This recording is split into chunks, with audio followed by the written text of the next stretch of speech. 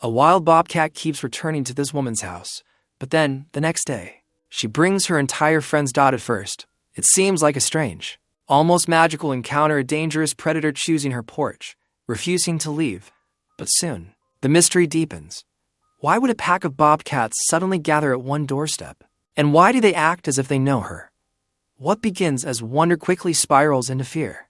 Neighbors call her reckless, officials demand action, and as the danger rises, one chilling truth starts to claw its way to the surface. These animals aren't just lost. They're being driven here. Now the woman must risk everything to protect them and herself from forces more ruthless than anyone suspects. But what secret binds her to the wild? And when the past roars back, will she save them or be destroyed with them? Before we begin, let me know where you're watching from. It turns this little corner of the internet into something bigger, something shared. The first rays of dawn crept over the distant mountains, painting the sky in soft shades of pink and gold. Greer Landry stood at her kitchen window, coffee mug warming her hands as she watched the sunrise. A daily ritual before starting her mail route. The early morning quiet wrapped around her like a comfortable blanket, broken only by the gentle whisper of wind through the pine trees surrounding her modest home. A movement on her front porch caught her eye. Her breath caught in her throat as she spotted the bobcat, its muscular form unmistakable even in the dim morning light. The wild cat sat calmly on her wooden porch, its tufted ears alert and its spotted coat gleaming in the early sun. What struck Greer most wasn't just its presence so close to her home, but the distinctive scar that marked its right shoulder, a pale line that cut through its tawny fur. Her hands trembled slightly as she set down her coffee mug. Years of wildlife biology training from her unfinished degree kicked in, and she found herself automatically noting details: healthy weight, clear eyes, unusual behavior for a typically shy species. The bobcat's calm demeanor was particularly strange. Instead of darting away at her movement, it met her gaze steadily through the window glass. "Fen," she called softly, not wanting to startle the wild visitor. "Fen, come here." But quietly, her younger brother's sleepy footsteps shuffled down the hallway. At 16, Fen was still growing into his lanky frame, his dark hair sticking up in all directions as he rubbed sleep from his eyes. "What's up, Greer? It's not even 6 o'clock yet. Look," she whispered, pointing toward the porch. "But don't make any sudden moves." Fen's eyes widened as he spotted the bobcat. "Oh," he breathed, pressing closer to the window. "That's amazing. Should we take a picture?" The bobcat's ears twitched at the sound of their voices, but it remained seated, its tail curled neatly around its paws. Greer felt a familiar spark of curiosity, the same feeling that had driven her to study wildlife biology in college, before life had forced her to drop out and take care of Fen. After their parents' accident, "No sudden movements," she murmured, placing a gentle hand on her brother's shoulder. "Let's step back from the window." Wild bobcats don't usually act this way. They're typically much more secretive. "Maybe it's hurt," Fen suggested, concern evident in his voice. "That scar looks pretty nasty." Greer shook her head slowly. "The scar's old, well-healed. But you're right that something's off about its behavior." She felt the old familiar itch to investigate, to understand. Her fingers itched for her old field notebook, missing the days when she spent hours observing wildlife behavior. The bobcat stood suddenly, its movement fluid and graceful. It stretched, revealing powerful muscles under its spotted coat, then turned its head to look directly at Greer once more. There was something in that steady gaze that sent a shiver down her spine, not from fear, but from a strange sense of recognition. "Fen, go get ready for school," she said softly, not taking her eyes off the wild cat. "I need to make sure it leaves safely before I head out on my route." "But Greer, no buts," she said firmly, though she squeezed his shoulder affectionately. "You've got that math test today, remember? Can't be late." With a reluctant sigh, Fen backed away from the window and headed toward his room. Greer remained still, watching as the bobcat finally moved toward the porch steps. It paused at the top step, looking back at her one last time before descending with deliberate grace. Within moments, it had melted into the shadows of the surrounding forest, leaving Greer with more questions than answers. She pressed her hand against the cool window glass, staring at the spot where the bobcat had disappeared. Her quiet routine of delivering mail, taking care of Fen, and keeping their small world turning suddenly seemed to shift, like earth moving beneath her feet. That bobcat's presence, its unusual behavior, the way it had looked at her, it all meant something. She could feel it in her bones. Moving to the front door, Greer stepped out onto the porch. The wooden board still held the imprint of morning dew where the bobcat had sat. She crouched down, examining the faint paw prints left in the moisture. Perfect marks. showing healthy paths and clear claw impressions. This wasn't a sick or injured animal. It was strong, healthy, and for some reason, it had chosen to visit. Her porch. The morning air carried the scent of pine and earth, and somewhere in the distance, a bird called out a morning greeting. Greer stood, her mind already racing with possibilities. She'd need to check her mail route schedule, see if she could adjust things to allow time for observation. Maybe set up a trail camera. The old excitement of wildlife research bubbled up inside her, something she hadn't felt since having to leave school to care for Fen. Inside, she could hear her brother getting ready for school, the familiar sounds of teenage morning routine, drawers opening and closing, water running, the clatter of breakfast preparations. But Greer remained on the porch a moment longer, scanning the tree line. The forest seemed different somehow, holding secrets she suddenly yearned to understand. Finally, she turned and went back inside to finish preparing for the day. As she pulled on her mail carrier uniform and gathered her things, her mind kept returning to the Bobcat's steady gaze, that old scar on its shoulder. Something was starting, something that would disrupt the careful routine she'd built since taking on the responsibility of raising Fen.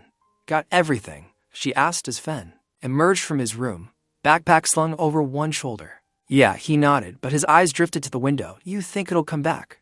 Greer followed his gaze, considering the question. I don't know, she admitted, but I'm going to find out what's going on. Something brought that Bobcat here, and it wasn't acting normal. She smiled at her brother's eager expression. But first, you've got school, and I've got mail to deliver. As she watched Fen catch his bus and then climbed into her mail truck, Greer couldn't shake the feeling that her ordinary life was about to become considerably less ordinary. The Bobcat's visit felt like more than just a random wildlife encounter. It felt like an invitation, or perhaps a warning. Either way, she knew her carefully maintained routine was about to change. The morning sun climbed higher as she started her route, but her thoughts remained with the scarred Bobcat and the mysteries it might represent. After years of putting her dreams of wildlife biology aside to focus on practical matters, perhaps it was time to dust off her old field guides and remember who she used to be. The quiet life she built around her mail route and caring for Fen had been safe, predictable. But as she drove along her familiar route, Greer couldn't help but feel that something important had been set in motion that morning. Something that would challenge her to remember the passionate scientist she'd once hoped to become. Dawn broke over Greer's property with a golden glow. She stood at her kitchen window, coffee mug warming her hands when movement caught her eye. The scarred Bobcat had returned, but this time she wasn't alone. 3 younger cats lingered at the edge of the woods, their tawny coats blending with the morning shadows. Fen, come look, she called softly. Her brother appeared beside her, eyes widening at the sight. Ho, he breathed. Are those her babies? They look more like adolescents, Greer observed, her wildlife biology training kicking in. See how they move. They're following her lead, but they're old enough to hunt on their own.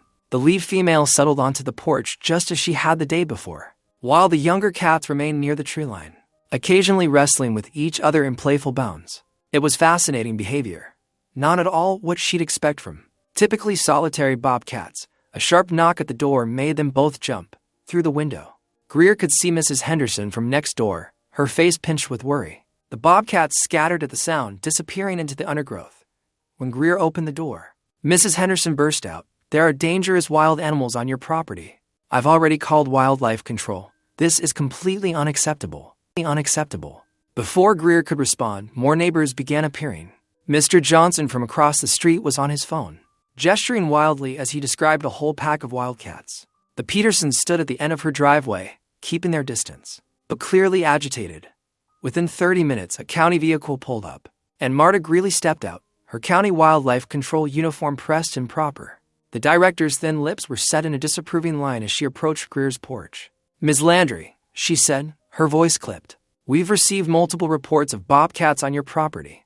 Are you aware that harboring predators is a violation of county ordinances? Harboring? Greer's voice rose in disbelief. They're wild animals. Director Greeley, I'm not harboring anything. Nevertheless, these animals pose a significant risk to the community. Marta pulled out a notepad. We'll need to implement immediate control measures. A sleek black SUV pulled up, and Harlan Reddick emerged, his expensive suit looking out of place in the early morning light. He strode toward them with the confidence of someone used to getting his way, just as I warned the town council. He announced loudly enough for all the gathered neighbors to hear. These predators are a threat to public safety. My development plans include measures to protect residents from exactly this kind of danger. Greer felt her face flush with anger. These animals aren't threatening anyone. They're simply existing in their natural habitat. That's being destroyed by overdevelopment. Tell that to the families whose children could be attacked. Reddick countered smoothly. Director Greeley, I trust you'll be issuing a kill order immediately. Now, wait just a minute, Greer protested, stepping forward. There's no evidence these cats have shown any aggressive behavior. They're not approaching people or acting threatening in any way. Marta Greeley glanced between Greer and Reddick, clearly uncomfortable. We'll need to conduct a proper assessment. Reddick interrupted. The assessment is clear. We have multiple predators entering a residential area. The liability is in killing animals without cause, Greer insisted. Her hands were shaking, but her voice remained steady. These bobcats are part of a healthy ecosystem. They keep rodent populations in check. Maintain balance in the food chain. Ms. Landry, Marta cut in. Your background in wildlife biology is noted, but we have protocols to follow. For now, I'm issuing a warning. Any further incidents will result in necessary action being taken. Reddick's smile didn't reach his eyes.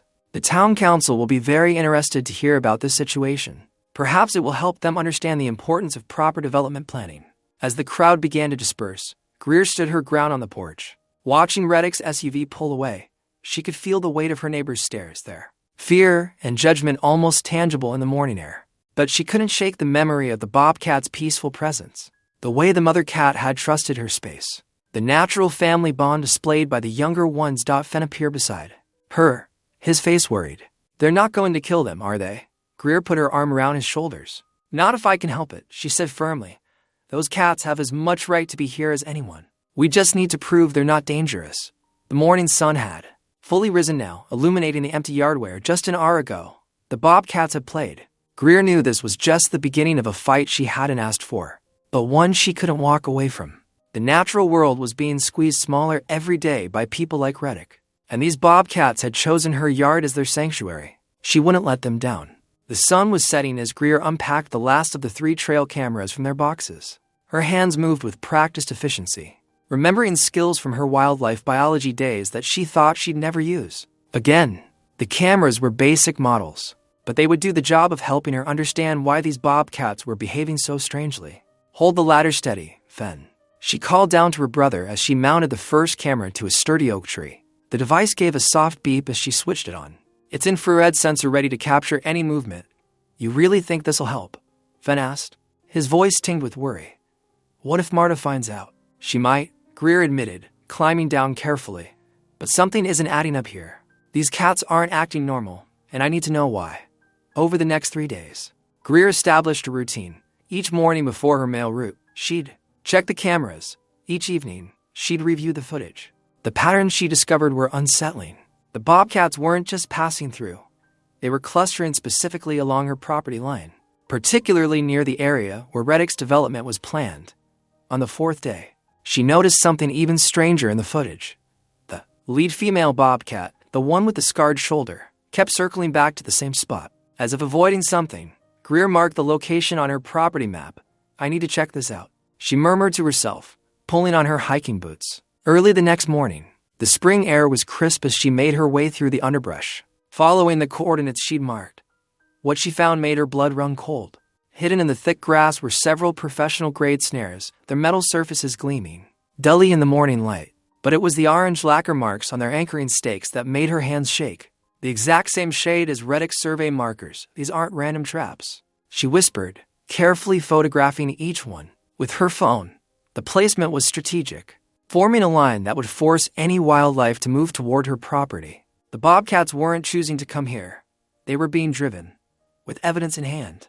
Greer drove straight to the Wildlife Control Office. Marta Greeley was at her desk, looking annoyed at the interruption. Look at these, Greer said, laying out the photos. Someone's setting up illegal snares along my property line. They're forcing the bobcats to congregate in one area. Marta barely glanced at the pictures. Those could be old traps, or legal ones you're misidentifying. They're marked with the same orange paint as Reddick's survey stakes, Greer insisted, her voice rising. This isn't a coincidence. Ms. Landry, Marta said, her tone dismissive. You're letting your imagination run wild. We have enough problems with these predators without inventing conspiracy theories. But if you continue harassing this office with unfounded accusations, I'll have to report it. Marta's eyes were cold. Now, if you'll excuse me, I have actual work to do. Greer stood there for a moment, stunned by the blatant dismissal. As she walked back to her car, pieces started falling into place. Marta's quick dismissal of evidence, Reddick's push for a kill order, the strategic placement of the snares. This wasn't just about a few bobcats wandering onto her property. This was a deliberate attempt to create a problem that would need a lethal solution, a solution that would clear the way for Reddick's development plans. Back home, Greer spread out her trail camera photos, property maps, and images of the snares across her kitchen table. She added notes about Marta's reaction and Reddick's involvement at the town meeting. The pattern was clear, but proving it would be another matter entirely. Her phone buzzed with yet another warning message from concerned neighbors about the bobcat sightings. Greer stared at the screen, realizing that every panicked report played right into their hands. The more frightened people became, the easier it would be to justify removing the cats permanently. The sun was setting outside her window as she organized her evidence. Tomorrow she would have to make some difficult decisions about what to do next. But one thing was certain. She couldn't stand by and watch while someone manipulated both wildlife and human fears for their own gain. Her security camera chimed, alerting her to movement on the porch. The scarred female bobcat was there again, sitting calmly as if keeping watch. In the fading light, Greer could see more cats moving in the shadows beyond. They weren't the threatening presence her neighbors feared. They were victims of a carefully orchestrated plan. As darkness fell, Greer continued documenting everything she discovered. The weight of knowledge settled heavily on her shoulders, along with the responsibility of deciding what to do with it. These animals had been deliberately forced into a dangerous situation, and now she might be their only advocate who understood the truth. Greer knew she couldn't fight this battle alone. With the evidence of deliberate manipulation in hand, she needed allies who could help protect both the bobcats and expose the truth. Her first glimmer of hope came from an unexpected source. It was nearly midnight when she heard a gentle knock. At her door, Boone Sutter, the local EMT, stood on her porch with his characteristic mud-streaked boots and concerned expression. Heard about the bobcat situation, he said quietly. Thought you might need someone to talk to. Relief flooded through Greer as she invited him in. She'd known Boone for years. He was steady, practical, and most importantly, someone who cared about doing what was right over cups of strong coffee. She laid out everything she discovered, the snares, Reddick's involvement, Marta's dismissal. Boone listened intently, his weathered hands wrapped around his mug. I believe you, he said simply when she finished. Something's felt off about this whole thing from the start. What do you need? I need help proving these cats aren't dangerous, Greer explained, and finding a way to protect them before Reddick's kill order goes through. Count me in, Boone said without hesitation. I've got some connections that might help. One of those connections turned out to be Deputy Nora Valeni, who arrived the next morning looking tired and frustrated.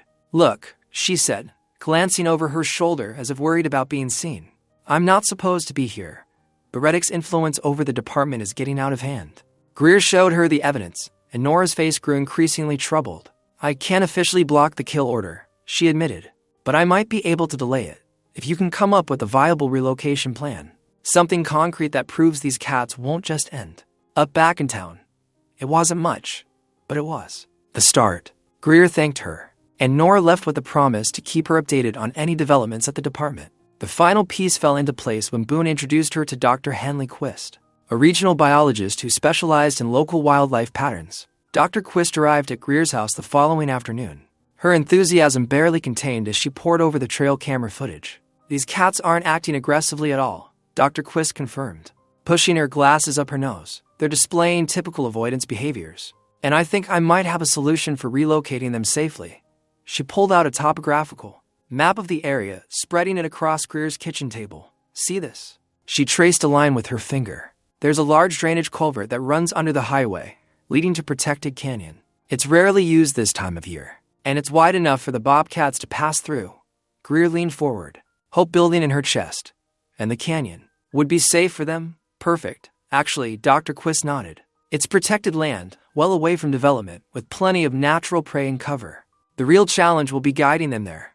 We can help with that, Boone offered, his quiet confidence reassuring. I know these woods better than most, and between the four of us, we can create a safe corridor. They spent the next hour outlining a detailed plan. Dr. Quist would document the entire process, providing scientific validation for their methods. Boone would help coordinate the actual movement of the cats, using his emergency response experience to keep everyone safe. Nora would ensure they had the time needed to execute the plan, while monitoring Reddick's activities. As her new allies prepared to leave, Greer felt something she hadn't experienced since this whole situation began: hope. It wasn't just about saving the Bobcats anymore. It was about people coming together to stand up for what was right. Remember, Dr. Quist said at the door, we'll need to move quickly once we start. The longer we wait, the more likely Reddick is to push through that kill order. Boone lingered behind after the others left. You're not alone in this anymore, he said softly, his eyes meeting hers. We'll figure this out together. Greer nodded, watching through her window as the scarred female Bobcat appeared at the edge of the woods. For the first time, she saw not just a problem to solve, but a chance to prove that compassion and cooperation could triumph over greed and fear. With her small but determined alliance, she finally had a fighting chance. The morning sun hadn't yet burned through the fog when Greer spotted the first poster. It was stapled to the telephone pole, right outside the general store, featuring a grainy photo of the Bobcats near her property. Bold red letters screamed, "Danger, your children at risk." Her heart sank as she pulled her mail truck to a stop. The poster had Harlan Reddick's fingerprints all over it, though his name appeared nowhere on it. Below the photo was a message that made her stomach churn. Local mail carrier harbors dangerous predators near school bus routes. Throughout her morning route, Greer discovered more posters. They were everywhere: the coffee shop, the library, even the elementary school bulletin board. Parents gathered in small clusters, whispering and pointing as she passed. The weight of their stares felt heavier than her mail bag. During her lunch break, her phone buzzed with a text from Boone. "You seen the local paper yet?" She hadn't, but she found one quickly enough. There on page 3 was a full-page ad with Reddick's smiling face. The headline read, "Safety first, protecting our community's future." The article beneath painted her as an irresponsible radical who valued wild animals over children's safety. "This is getting serious," Boone said when she called him. "People are scared, Greer, and scared people don't think straight. They're not dangerous," she insisted, her voice tight with frustration. "These cats are just trying to survive. Reddick's the one putting them, and everyone else, at risk." That afternoon, she noticed a beat-up truck following her mail route. The driver was a weathered-looking man in a patched hunting jacket. He kept his distance but remained visible, like he wanted her to know she was being watched. The next morning, she learned his name, Gideon Crossley, a local trapper known for taking any job that paid well enough. Word around town was that Reddick had hired him to handle the Bobcat situation. Greer was sorting mail at her box when she heard it, the bane of hunting dogs. The sound sent chills down her spine.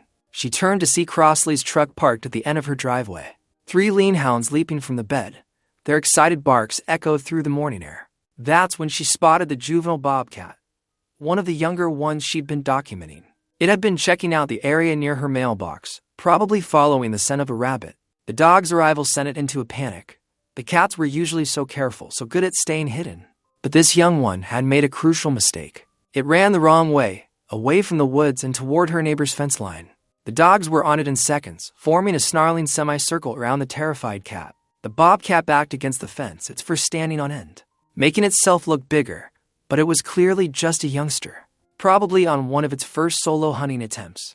"Call off your dogs," Greer shouted at Crossley, who was taking his sweet time walking over.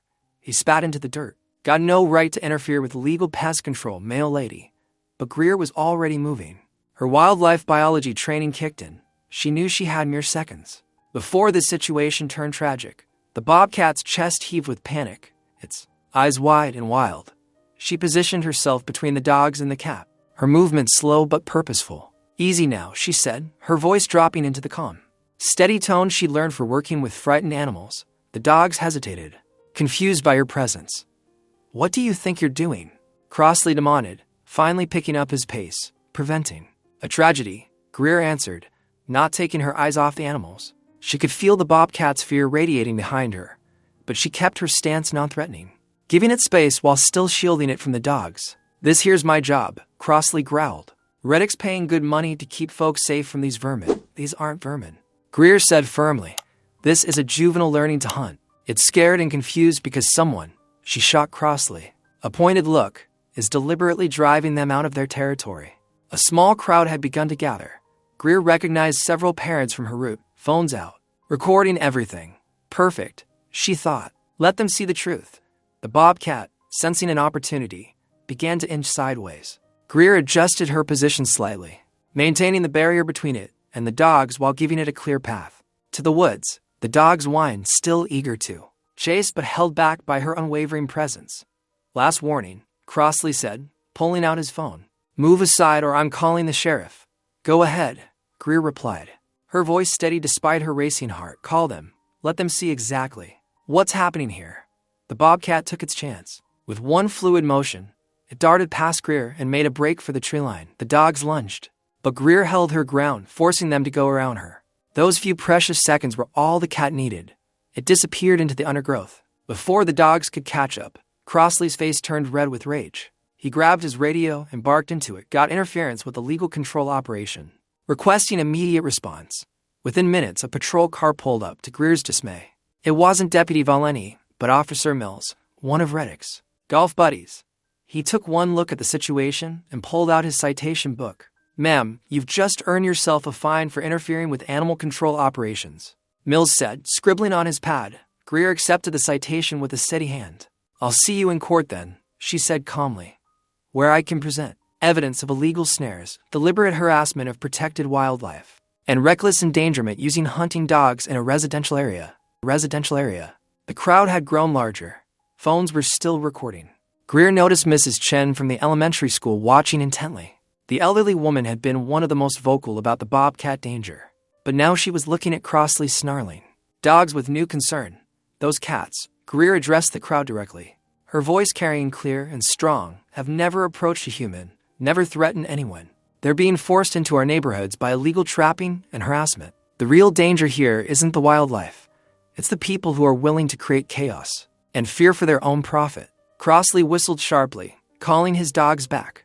They returned reluctantly, still casting longing looks toward the woods. He loaded them into his truck without a word. But the look he gave Greer promised this wasn't over. Officer Mills finished writing the citation and handed it to her. Court date's on there, he said gruffly. Don't miss it. As the crowd began to disperse, Greer noticed several people looking at her differently now. They'd seen her stand her ground, not with weapons or threats, but with calm expertise and compassion. She'd shown them another way to handle the situation. Mrs. Chen approached her slowly. I didn't know, she said quietly. The posters, the news, they made it sound so dangerous. But what I saw today, she shook her head. Those dogs seemed far more threatening than any cat I've seen. Greer managed a small smile. Would you be willing to say that in court? The older woman straightened her shoulders. Young lady, I've been teaching in this town for 4 years. People trust my judgment, and I judge that you just showed us all something important about who the real troublemakers are. Greer sat at her kitchen table, bathed in the soft glow of her laptop screen. Outside, crickets chirped their evening symphony as she clicked through the trail camera footage from the past week. Her coffee had gone cold, forgotten as she studied each frame with careful attention. Come on, show me what's really going on here, she whispered, leaning closer to the screen. The timestamps showed regular patterns. The bobcats appeared most often at dawn and dusk. Typical hunting hours. Then something caught her eye. In a particularly clear shot, the lead female bobcat moved across the frame. Greer's finger froze. On the mouse, there it was, an unmistakable limp, favoring the right hind leg. The cat's movement was smooth despite the injury, showing it had long since healed. Wait a minute. Greer's heart began to race as she zoomed in on the image. Along the cat's flank, a distinctive scar marked the fur, a jagged line where the hair grew slightly differently than the surrounding coat. Memory rushed back like a flood. 5 years ago, on a bitter January morning, she had found a juvenile bobcat with a badly broken leg, likely hit by a car.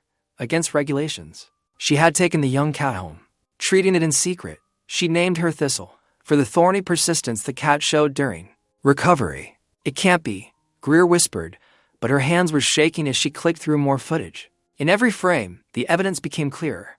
The distinctive gait, the scar pattern, even the way the cat held her head, proud and fearless. Thistle, tears welled in her eyes as she remembered those weeks of rehabilitation. How she'd watched Thistle grow stronger. How the wild light had never left those amber eyes. When she'd finally released her back to the forest, it had felt like letting go of a piece of her heart. She clicked to another video clip. This one showed Thistle leading to younger cats toward the porch. Their movements were tentative, scared. Thistle turned back repeatedly, encouraging them forward with gentle nudges. The behavior was so intentional it took Greer's breath away. You remember me, she said softly. After all this time, you remember this place was safe. But there was Greer began pulling up older footage, organizing it chronologically. A pattern emerged that made her stomach clench. Each time Thistle appeared with new juveniles, they came from the direction of the snared areas. The young cats were often thin, frightened, orphans. Oh God, Greer breathed, understanding dawning like a cold sunrise. Thistle wasn't just seeking shelter. She was rescuing others who had lost their mothers to the snares. The seemingly random appearances weren't random at all. This was purposeful. Desperate and heartbreaking, she pushed back from the table, running her hands through her hair. The scope of the cruelty became clear. How many mothers had those snares taken? How many juveniles would have died without Thistle's intervention? Moving to the window, Greer stared out into the gathering dusk. Somewhere out there, Thistle was continuing her mission, gathering the lost and leading them to the one place she remembered as safe. The thought filled Greer with both pride and profound sadness. A movement caught her eye. There, at the edge of the yard, Thistle emerged from the shadows, her distinctive limp barely noticeable in her graceful stride. Behind her, 3 young cats followed, their trust in their protector evident in every step. I see you now, Greer whispered, pressing her hand to the cool glass. I understand what you're doing, and I promise, I won't let you down again. This wasn't just about protecting a few bobcats anymore. This was about exposing a systematic destruction of families, about standing up against calculated cruelty. Thistle had shown her the truth, and now Greer couldn't look away. As she watched Thistle guide her charges toward the sheltered area beneath the porch, Greer felt a fierce determination take root in her heart. These weren't just random wild animals causing trouble. They were survivors, seeking sanctuary. And Thistle, her Thistle, was their guardian angel. The revelation changed everything. What had seemed like coincidence was actually connection. What had appeared as chaos was actually purpose. Years ago, Greer had saved Thistle. Now Thistle was saving others, bringing them to the one human she trusted. Greer reached for her phone. This evidence would be crucial, not just the snares, but the pattern of orphan juveniles, the systematic nature of the destruction. She began documenting everything, her hands steady now with purpose. As night fell completely, she could hear the soft movements of the cats settling in below her porch. Thistle's quiet presence felt like a bridge between past and present, between what was broken and what could be healed. Thank you for trusting me, Greer whispered into the darkness. Thank you for showing me the truth. The night wrapped around her house like a blanket, and somewhere in the shadows, Thistle kept watch over her gathered family of survivors. The revelation of her identity had transformed a simple wildlife conflict into something far more personal and far more important. With her newfound understanding of Thistle's mission, Greer spread her evidence across the kitchen table. Trail, camera photos, timestamps, and her hand-drawn maps created a web of information that was beginning to tell a clear story. She marked each snare location with a red dot, then traced the bobcat's movement patterns with blue lines. It's like connect the dots, she muttered, drawing another line. The pattern was unmistakable. All paths led back to Reddick's proposed development zone. A sharp knock at the door startled her. Through the window, she glimpsed Gideon Crossley's truck parked in her driveway. Her stomach tightened as she opened the door. Crossley stood there, his usual swagger absent. His face was pale, hands trembling slightly. Can I come in? He asked, his voice rougher than usual. Greer hesitated, then stepped aside.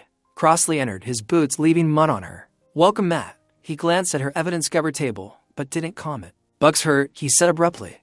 My best hunting dog. Nearly lost his leg in a snare this morning. His voice cracked slightly. Wasn't tagged. Wasn't legal. Wasn't even where it was supposed to be. I'm sorry about Buck, Greer said carefully. Watching his face, Crossley ran a hand over his weathered face. Been doing this work 20 years. Never seen snares set like this. No tags, no safety releases. He paused, struggling. It's not right. Reddick's orders? Greer asked quietly. Crossley nodded slowly. Wanted them placed anywhere the cats might pass through.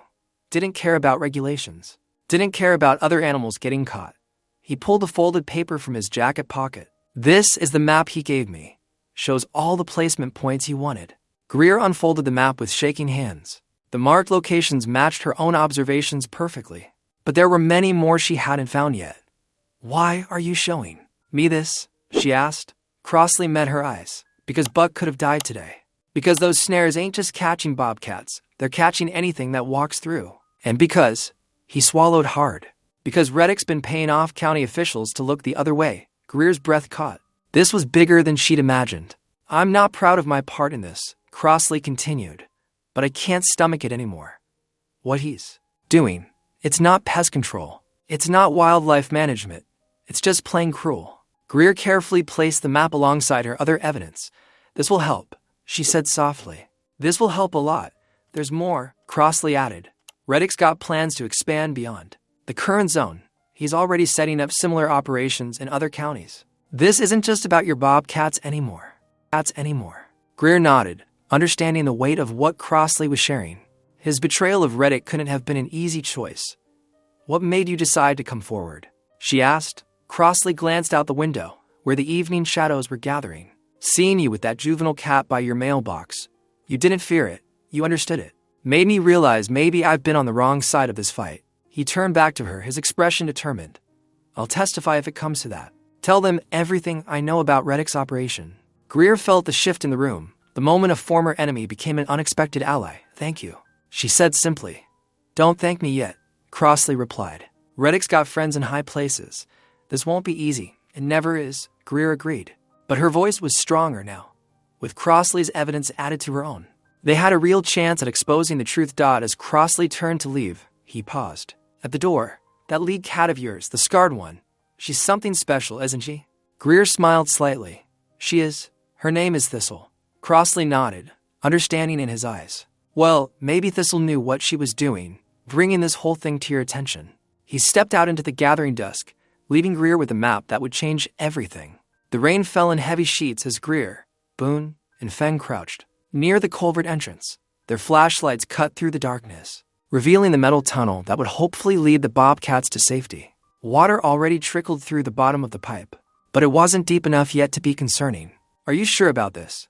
Fenn asked, pulling his rain jacket tight around his shoulders. At 16, he tried to sound brave, but Greer could hear the worry in his voice. The cats trust us, Greer assured him, though her own heart was racing. And Nora's keeping the officials busy on the radio. We just need to give them time to follow the trail we laid. Boone checked his watch, wiping rain from the face, according to Dr. Quist's timeline. They should be moving through their territory about now. The scent markers we placed should lead them right to us. As if on cue, movement flickered at the edge of their flashlight beams. Thistle emerged from the underbrush, her scarred shoulder visible even in the dim light. Behind her, several younger cats followed cautiously. It's working, Greer whispered, hardly daring to breathe. She clicked off her flashlight, prompting the others to do the same. In the darkness, they could hear Nora's voice crackling over Boone's radio, directing search teams to the opposite side of town. Thistle paused at the culvert entrance, sniffing the air. The juveniles clustered behind her, their eyes reflecting what little light remained. For a heart-stopping moment, Greer feared they would turn back, but then Thistle moved forward, her paws silent on the wet metal. One by one, the younger cats followed her lead. Greer felt tears mixing with the rain on her face.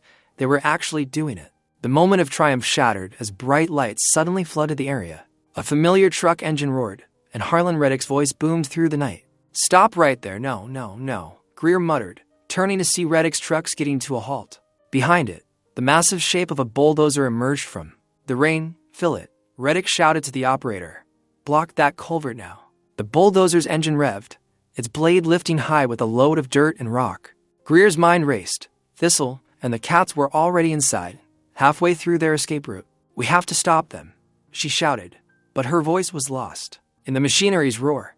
The first load dumped at the culvert mouth, partially blocking it. Water began backing up immediately, turning the gentle trickle into a rising pool. The cats, Fenn cried out, and before Greer could stop him, he darted into the culvert.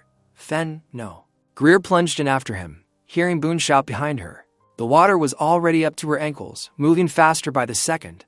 Their flashlight beams bounced wildly off the curved walls as they splashed deeper into the tunnel. Ahead, they could see the cats, now trapped between the rising water and the blocked exit. Thistle yowled, her call echoing off the metal walls. Another load dumped at the entrance, and the water level jumped dramatically. The current knocked Fenn off his feet, and Greer barely managed to grab his jacket before he went under. Hold on to me, she yelled, pulling him close. The water swirled around their waists now, threatening to sweep them both away. The cats scrambled for higher ground, but there was nowhere to go in the smooth metal tube. Through the roar of water and machinery, Greer heard Boone's voice calling from the entrance. But they were trapped now too, the water rising faster than they could fight against it. Panic clawed at her chest as she held Fenn tightly, both of them pressed against the culvert wall.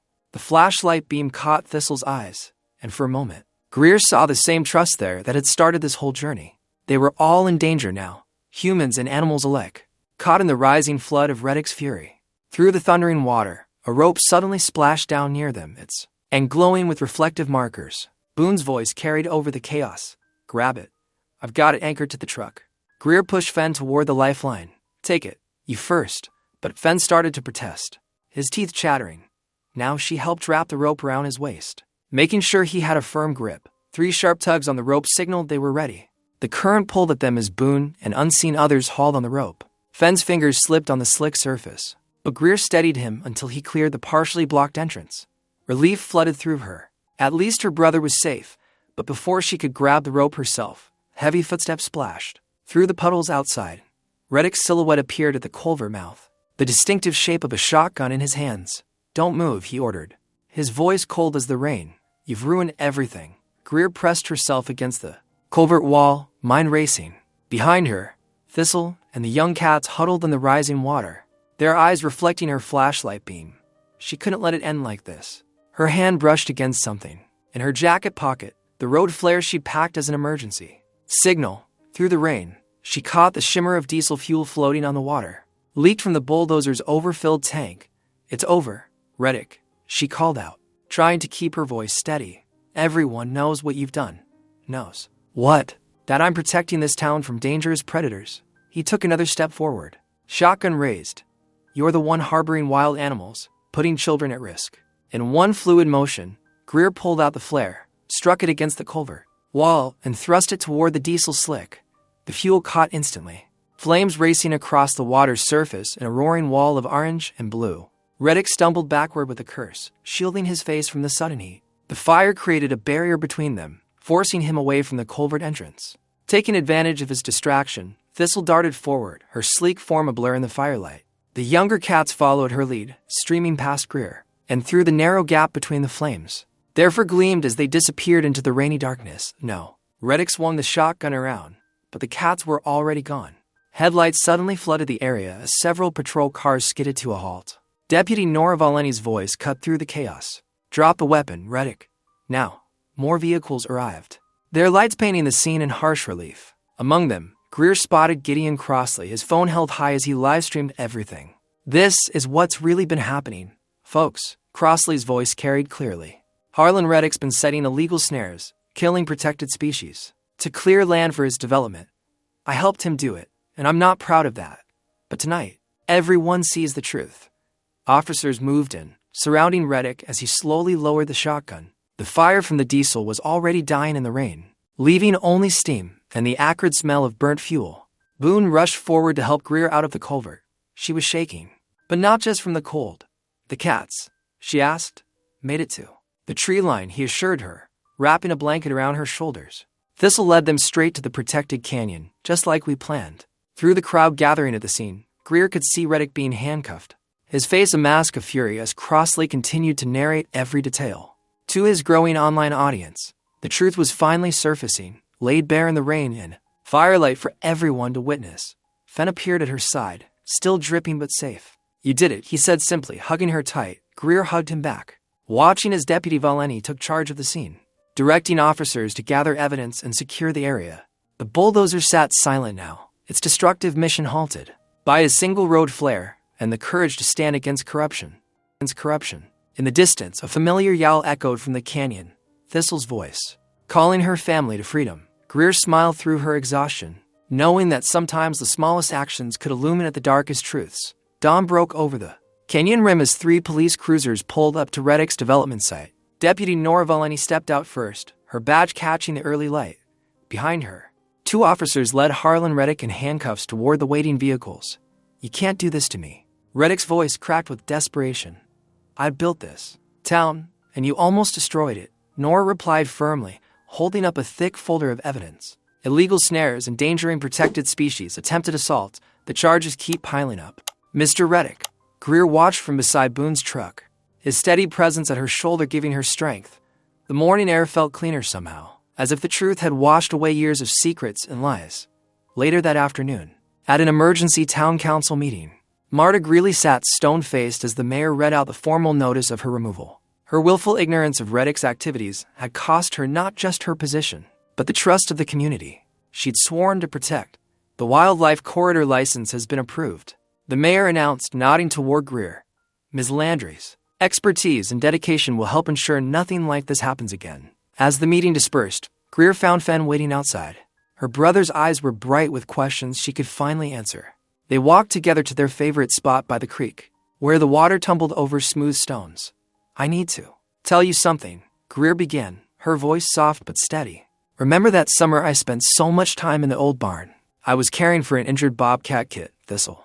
I knew it wasn't exactly legal, but I couldn't let her die.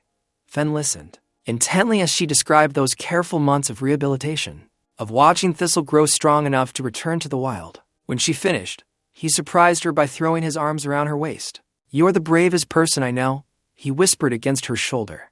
You did the right thing, even when it was hard. The sun was setting when they returned home, painting the sky in deep purples and golds. Movement at the tree line caught Greer's eye. A familiar silhouette emerged from the shadows. Thistle stood at the edge of the woods, her scarred shoulder visible in the fading light. Behind her, the younger bobcats moved like shadows through the undergrowth, heading toward their new sanctuary in the protected canyon.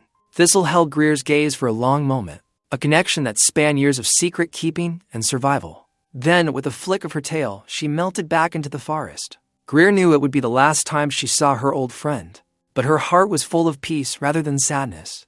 Boone's truck crunched up the gravel driveway as the last light faded from the sky. He stepped out, carrying 2 cups of coffee from the local diner. Thought you might need this, he said, handing her one. It's been quite a day.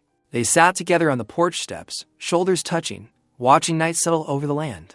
The weight of hidden truths had lifted from Greer's shoulders, replaced by the warmth of genuine connection with her brother, with Boone, with the community that had finally seen the truth. What comes next? Boone asked softly. Greer took a sip of coffee, considering the wildlife corridor would need mapping and protection. There would be educational programs to develop, monitoring systems to establish. But more than that, there was the simple joy of living honestly, of using her knowledge to help rather than hide.